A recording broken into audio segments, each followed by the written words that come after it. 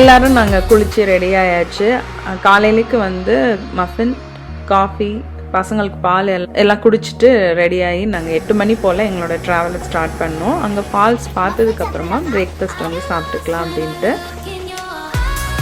நாங்கள் போகிறது rock island state park. அங்கே தான் வந்து அந்த ட்வின் ஃபால்ஸ் டென்னிசி அப்படின்னு நம்ம போட்டாலே வரும். அந்த ஃபால்ஸ் வந்து இருக்குது. நல்லாயிருக்கும். இன்டீரியர் யூஎஸ் வந்து பார்க்குறதுக்கு ரோடு எல்லாமே சூப்பராக இருக்கும், சினிக்காகவும் இருக்கும். ஸோ அந்த ட்ரைவை என்ஜாய் பண்ணிகிட்டே நாங்கள் போயிட்டு இருந்தோம். ராக் ஐலாண்ட் ஸ்டேட் பார்க்லேயுமே காட்டேஜ் அதெல்லாம் அவைலபிளாக இருக்குது. நம்ம அந்த ஸ்டேட் பார்க் மட்டுமே தங்கி சுற்றி பார்க்குறதா இருந்தாலுமே பண்ணலாம். நல்ல பிளேஸாக இருந்துச்சு. அந்த ஃபால்ஸ் பார்க்க ரொம்ப பியூட்டிஃபுல்லாக இருந்துச்சு. நாங்கள் வந்து நாங்கள் ஆன் தி வேல வந்து அந்த ஃபால்ஸை மட்டும் பார்த்துட்டு போகிறது தான் அன்னையோட பிளானு. பட் நம்ம தனியாக வந்து தங்கணுன்னாலுமே இது சூப்பரான பிளேஸு.